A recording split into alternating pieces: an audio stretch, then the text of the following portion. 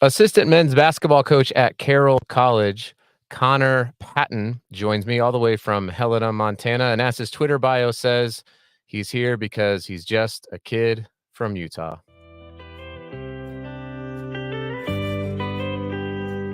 This is the Utah High School Hoops Podcast, your source for sometimes informative, but always entertaining coverage of the Utah High School hoop scene. With your host, Adam Meek.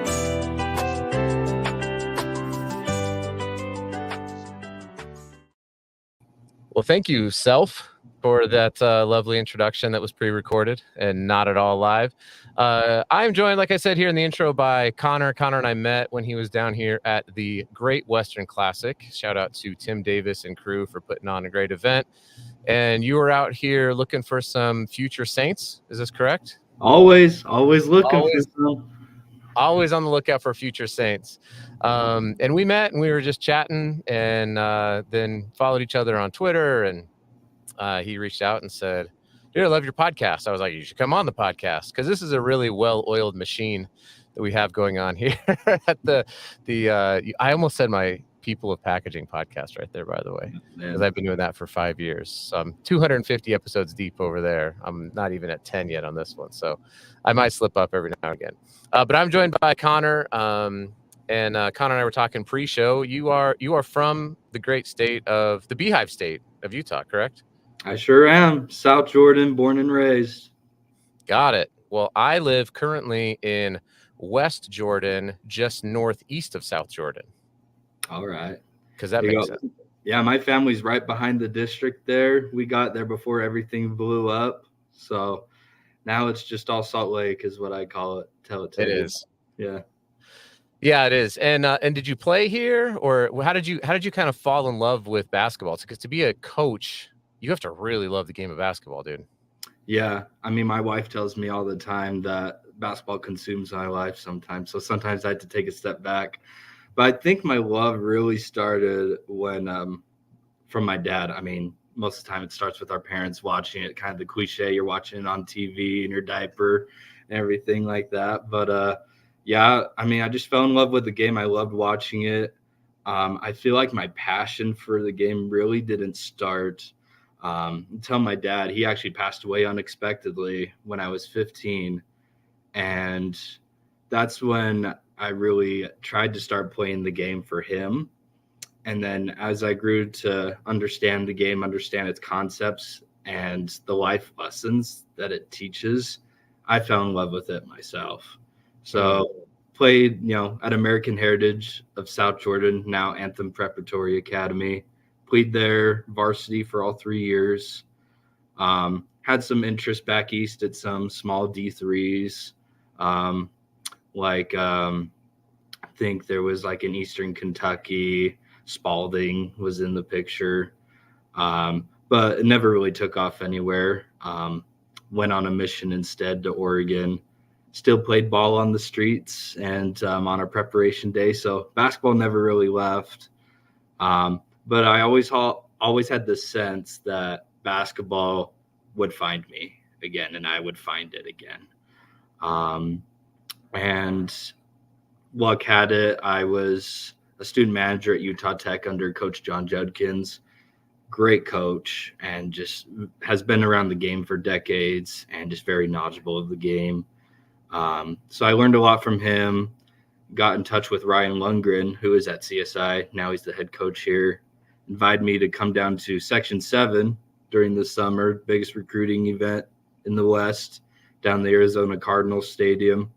Unreal experience.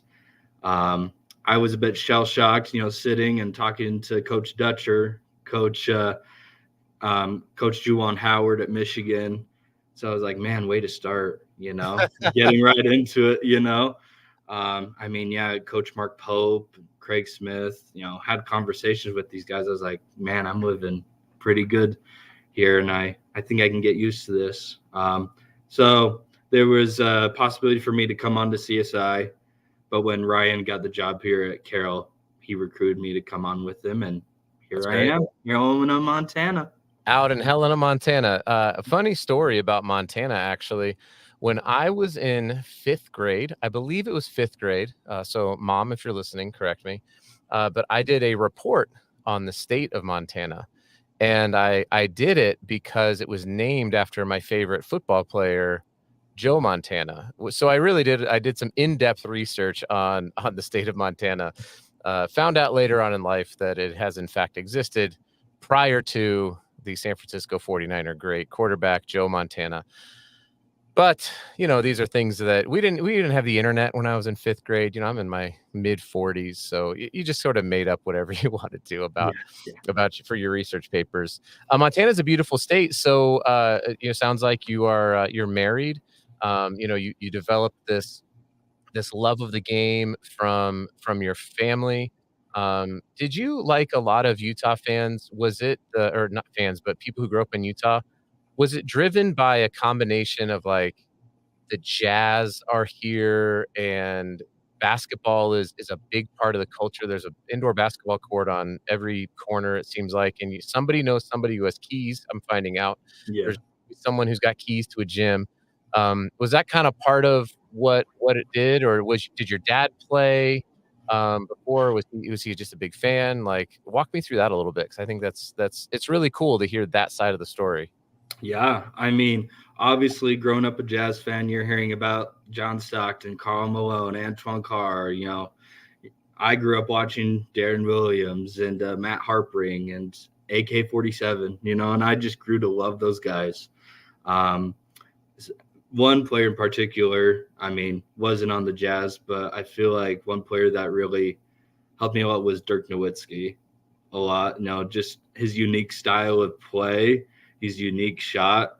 It kind of helped me see, like, hey, I don't have to be like these NBA guys. There's going to be unique players that are Yeah. coming up that are going to change the game. And we see that nowadays. I mean, we see Luka Doncic, and his unique hook shots from 3-point line, I got So my banner. I got my championship banner you got flying the banner, behind me. you got Jokic, There he's we a gem, go. There we go. he's a gem. Yeah, I So, love me some Jokic. He put but it on Wembanyama last night, 39. yeah. Said, welcome to the league, rookie. I mean, but Yeah, yeah, I that's cool. mean, it's just like stuff like that. But also, I think it was a lot of my friends. Honestly, I mean, the friends I was around, they were way better at basketball than I was in elementary school. And so I always kind of grew up trying to be better than them a little bit. And, now I play some of my childhood friends nowadays, not to boast or anything, but the score's a bit different. Yeah, But, there you go. it's just some of those things where I thank my childhood friends for them encouraging me to come out and play sports, Got it. to come out and get outside my comfort zone. And ultimately, it's driven me to where I'm at now here at Carroll. So those little things that a friend invites you to do, new sport, new something, go give it a try. It might change your life, might end up being your career, And then sometimes, it sounds like you gotta just follow even the path that's set out before you. So I mean, you talk about coming back from your mission, you're at Utah Tech, you're student manager, and then it sounds like you just sort of got connected to some people, and then it's sort of all of a sudden you're at Section 7 in Arizona, you're talking with Craig Smith, you're talking with Mark Pope, you're talking with Juwan Howard, and you realize, I think, what a lot of college coaches specifically realize, coaching in general, but specifically college coaches, which is, it is really truly a brotherhood. It's a very tight-knit community of people. They're obviously not everybody loves each other. We see this with, just, I think Shaka Smart got into it recently with Bill Self, and I'm sure they're not all like best friends or whatever, but there's a healthy respect, because you start to find out you kind of need one another, not only because there's very few people who coach basketball at the level that you're at right now, but you also need one another because of all how the dynamic of recruiting has changed now. I'm sure you've got to know the Juwan Howards of the world, because they're going to be coming into the Carroll colleges of the world and trying to recruit kids from the NAIA level, and there's going to be kids from the D1 level who couldn't quite cut it at the D1 level, and you're trying to get them, and it's got to just be a whole different ball game right now when it comes to not just networking with high school coaches and high school players, but also with those college coaches and college players. Yeah. I mean, that's ultimately how you get a job in college coaching or college athletics. It's all about who you know. I learned that very early on. I mean, Coach Lundgren here, he's always telling me to build my network, continue to build it. You think it's big now, it gets even bigger. He's a man with many connections, and you can get the first job, but your connections and the people that have many connections are what's going to get you to the next job and the next opportunity to build up. So, I mean, I learned that very early on, but I think it's fun, honestly. You're talking to new people every day. I mean, you grow really close and build relationships, with high school students. But if you build those connections, build those relationships with, our fellow coaching brotherhood of the world, it just makes for a good life. It's just, you learn from them, you learn different strategies, but you also learn, I think, different life lessons. And I think that's what's most important. Totally. Yeah. I mean, the game of basketball, if you're listening to this, you've never looked up why Dr. James Naismith, Canadian, by the way, Dr. James Naismith. So Canada tries to claim it, but he was living in the U.S. when he invented the game, right? Springfield, Massachusetts. But the biggest reason he invented the game of basketball was to bring men. He was a Christian evangelist, and he wanted to teach men about the Bible through the gym is ultimately what he wanted to do. And there's this very real beauty to the game that I think has still embodied this idea of community and this idea of togetherness and connectedness. Because unlike a lot of games, it's really fluid, and it's a lot more like life, right? Like, stuff is always happening and changing. It's very dynamic. It's not as structured as most other sports are. So I've always thought that's really cool, that it's not just a game that's about the wins and losses and the X's and O's and the advanced metrics and all this stuff. It's about the journey, and like you said, who you meet along the way, and who you just never know. You never ever know. I mean, I had the opportunity to coach with Buzz Williams and Dale Layer when I was at Colorado State, who, by the way, are ranked in the top 20 now for the first time, and I can ever remember, after they beat Creighton. But Buzz was an ultimate just competitor and an ultimate networker, and now here he is, one of the most well-known Division I basketball coaches. He's out of Texas A&M now. That's a guy who was an assistant coach at Colorado State 21 years ago, and he's worked his tail off. He's connected with the right people. But even before that, he came from like UT Arlington and was a student at Oklahoma City University, and it's just cool to see how people find their own pathways in this industry. So I want to pivot a little bit off of that, because we could hang out on that thread for a while. But we do have a lot of student athletes, high school student athletes specifically, because this is the Utah High School Hoops podcast, parents of coaches in Utah and players. And so I would be curious, as you're out at the Section 7s, the Great Western Classics, I'm sure you'll be out on the AAU circuit. When you're talking to high school kids and parents, what are some things that you have learned now that you have a little bit of experience under your belt that you're like, man, I wish when I was in high school, I knew this about recruiting at the NAI level, for example? Yeah, absolutely. I think the biggest thing I can say right now is skill gets you college interest, character gets you recruited. And I think that's definitely one of those things that I've seen, as I've looked at guys that send me film, look at guys, at the Great Western Classic. Sure, they play well. I'll go and talk to them, and maybe, they're not the most sociable, or maybe I see them kind of messing around with a teammate. I feel like when you get into college hoops, it requires a lot of maturity, because you're going to be put through mature situations. And we're going to be looking at guys that are going to be able to handle the adversity that comes with college hoops with that respect, with their head up, and ultimately are going to compete at the end of the day. I mean, what I'd say to, especially kids at the Utah level is just, you're getting noticed. Utah has been on the incline for recruits. I mean, we're seeing, Brody Kozlowski, John Southwick, we're seeing all these guys that are getting noticed because they keep their head up. they're mature, they stand out from everybody. Mm-hmm. And it all comes down to being your own self, improving on yourself, doing well in the classroom, of course, but putting in your own time and realizing that you do have mistakes. We are all human. We have weaknesses. But I think the biggest thing from I look for in a kid is, okay, they got good character, but they're wanting to improve on the character. Yeah. And maybe they lose a game or maybe they miss a shot. What's their body language like? What is their reaction to their shot being blocked?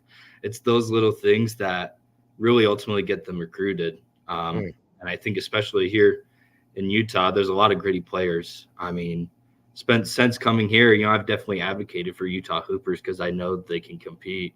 If everyone just knew that, there's a lot of sense of maturity once you go in, the expectations that are put on them, I think we'll even see Utah hoops climb up in the mecca of basketball. That's just a hot take, because there's a lot of gritty guys and there's a lot of great coaches out there. It's a definitely super, super underrated state when it comes to hoops, but it's rising. Everyone knows, American Fork, Corner Canyon, all those teams, they're getting national attention, and there's a reason for that because, they can fight through adversity and they beat tough teams because they know how to handle that adversity.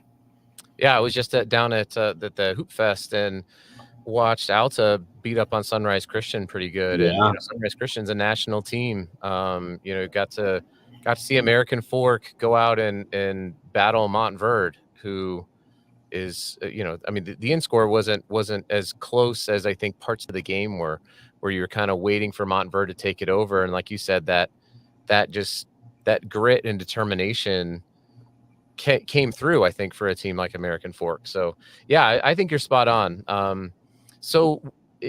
This was a conversation I was having with a parent the other day. And I don't know that there's a perfect answer for this, right? But I have a theory on it. My theory is you are out there, you have to watch a ton of basketball all of the time, right? Live basketball, basketball on film. I'm trying to put myself in your position. I was telling this parent, I was like, if your kid plays for a crappy team, I don't know how much that film is really going to get dissected, because who wants to watch bad basketball? Right. I know I struggle with it, right? And they were like, well, is that really fair? Like, I think my kid's really good. I think they can. And I'm like, I'm not telling you what to do. I'm not a recruiter. I'm a dad who hosts a podcast and talks about packaging and stuff like. But I'm just saying, like, I don't like watching bad basketball, and I got to imagine for somebody who is constantly coaching, watching college basketball, watching film at the level you're at, well, if all of a sudden you turn on a game and it's this team and you're trying to look at this kid, like, how can you even tell how good or bad they are if the team is just playing really like a bad brand of basketball? Yeah, that's a really good question. No, I think that a good recruit, they're going to stand out from their team, but they're going to make those guys better. They're going to make them look good. Yeah. I look at 1A basketball in Utah. I think it's super underrated because you're going to have small ball. You're going to have a 6-foot center, but there's going to be one igniter who's going to make everybody look good. Sure, there's going to be, some teams that need improvement always. There's going to be those years, those rough patches. But every once in a while, you may get a kid that just is the igniter. And, that kid's going to ignite the other players to play well, and they're going to play well together. An example that I have is Panguitch High School. I was just going to say, you sound like you're talking about Panguitch and Manila. Panguitch and Manila, you got Manila High School, all these 1A teams. They're not the most talented, but they're so disciplined, and they have those igniters that make everybody better. And you go into a Panguitch game, they're beating Hurricane. They're beating 4A schools because they know how to play with each other, and they understand there may not be the most skilled, the most athletic, but they have the grit, they have the determination, and they're very well coached. So I think it really just comes down to, how much are you willing to win, and are you willing to work together to get that win? Are you willing to fight through that adversity? Because, Penguich has always impressed me. I mean, my brother-in-law went to Valley High School in Orderville. Yeah. So I've seen them play Penguich multiple times, but because of the culture they have there, to where you see everyone on the team, everyone can make an impact when they come in. Everyone does something well. I mean, they got trophies to prove it. They got the championships to prove it. So I think it's just one of those things to where if you have, potential, if there's a good kid on your team, help the players see how he can make the other players better. Sure, they're already up there, but how can you lift others up? How can you be a good leader so that everyone can be playing at a good pace? Because when there's just one fast heartbeat and everyone's kind of down here at a low, steady level, you're probably not going to get all the wins. He's going to average 20 points a game, and then you're going to lose the game. But if everyone's involved in it on the same wavelength, same pace, good things happen. Trophies are put in trophy cases. So that's what I think. I don't know if you know this, but last year I coached a 1A high school basketball team in Utah. Oh, was it Intermountain? It was, yeah. Oh, okay. There you go. Yeah. It was. I was the volunteer last minute dad coach for the varsity team. There you go. We had a couple games with because we only had 8 kids try out. We had a few injuries and went into a few games with 6 players. Oh my goodness! Which sounds like 1A ball to me. Man, I'll tell you what, traveling out to all those remote schools, getting in a bus for 2 hours, going out and playing basketball with 6 dudes was just like, woof. That was a challenging time in my life. So I was like, oh, we're talking about 1A basketball. I did not have that on my bingo card for this podcast interview. But 1A ball, right. I'm just gonna say it now for the record. 1A ball is underrated. Everyone needs to watch 1A ball. It is the most grittiest basketball you'll probably ever watch. There's no doubt about that. Well, that's cool. I didn't know your brother played out at Valley, and that's pretty fun. So okay, so I put this question out on Twitter or X or Twix or whatever we're gonna call it. I was helping out with an AAU team that were 15U. They're going to be 16U. They're all sophomores, and I don't like coach them, but they referred to me as team dad. So I just kind of helped. I was a chaplain at the Air Force Academy for their prep school. I was a pastor in Colorado Springs for a while, so I try to really help them with, character and the things that you were talking about, right? I loved how you said skill. You can't just have good character. There's plenty of really great people who should never play basketball. So you have to have the skill. But assuming that the skill is there, I feel like a lot of kids get hung up on ball is life, Instagram, the highlight reel stuff. And I've been telling them, I'm like, guys, I really got to believe that, it's cool to get highlights. Like that'll get you looks on Instagram. That'll get your friends liking stuff. But like, if you don't know how to like set a screen or execute a dribble handoff or play help defense or talk on defense or take a charge or, throw a good bounce pass, and they're like, come on. I'm like, I'm just telling you, I feel like you all think that's really basic stuff, but you don't always really know it. So along the lines of that first question, not only what are some things that you wish you kind of knew when you were in high school, but to kids who are 2027, 2026 kids that, you may not be at Carroll looking to go out and recruit quite yet. What would you say to them in their developmental years, 8th grade, 9th grade, 10th grade, that are some skills that maybe they are not thinking about that you wish they start thinking about now? Yeah, I think the biggest thing that I can say is play as much basketball as you can and get a feel of every aspect and every angle of the floor.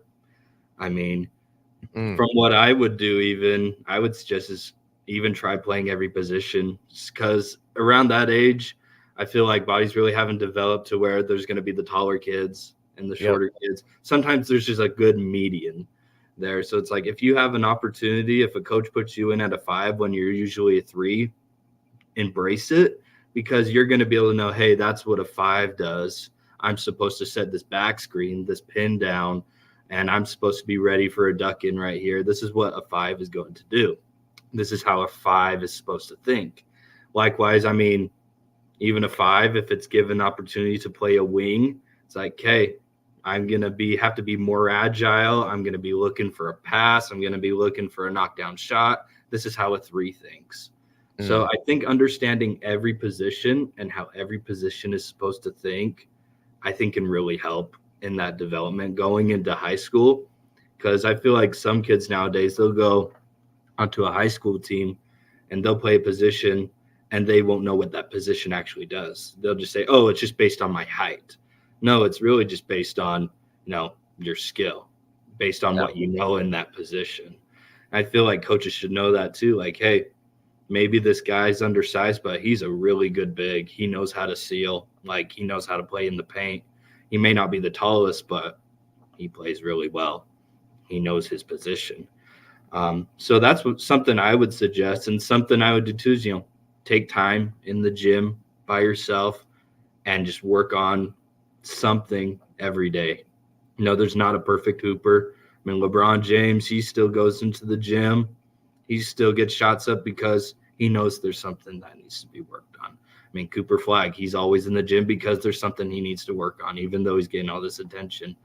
Now, if you want to know basketball, you got to know how every position thinks, and you also got to know your limits and push those limits so you can be the best baller you can be. But I think it also comes down to, besides the skill part, be good academically, educationally, know the game from an educational point, but also do well in your classes because, when you have a good educational mind, you're able to retain what is going to be taught to you on the basketball court.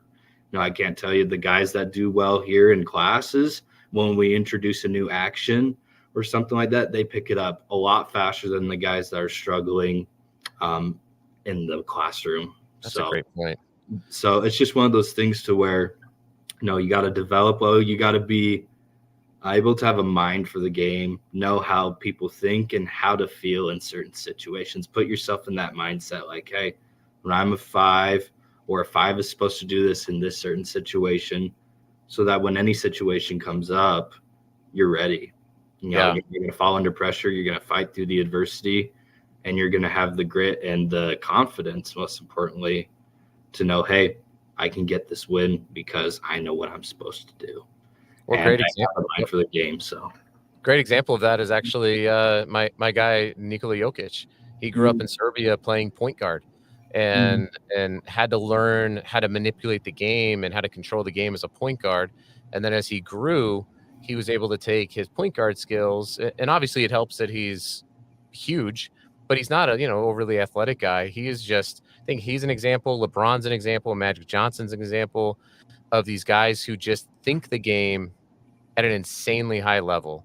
And that connection back to academics, I think, is so critical. And maybe not a lot of kids make it. They think, I have to have good grades so I can get accepted into college. And it's just like, no, you have to have good grades because it shows that you can think and you can process information, because you may draw up a new play in the huddle with 40 seconds left and your team is down 3, and you can't have J.R. Smith out there not knowing what he's going to do, right? Like, and so the kids who are going to be out there likely are going to be the kids who get it and who are going to run it. They're smart. They can think the game. I think that's awesome. Another component of that, I would imagine, is if you're trying to get a kid there, the last thing you probably want to be worried about is, are they going to be able to qualify and get through the rigors of the academic schedule of college compared to their high school, right? Like, you can't be sitting around trying to babysit a 19, 20, 21-year-old to get their homework done. Like, you got to be well beyond that by the time you get to college. Yeah. I mean, especially here at Carroll, our academics are really high and really prestigious, being a Catholic college. I mean, something I was talking about with my head coach today, our pre-med program, our biggest competitor here in the West is UW, and that's it, a Big Ten school. So that just shows you how good of an education you're going to get here at Carroll. and other places. There's a lot of places like that where the academics are going to be really rigorous. But if you're able to, do well in your classroom in high school, be able to retain it, be able to come in with an educational mindset to the game in college, because you're still going to learn a lot, and then be able to translate that into the college floor, you're just set up for success there. It's going to look really good.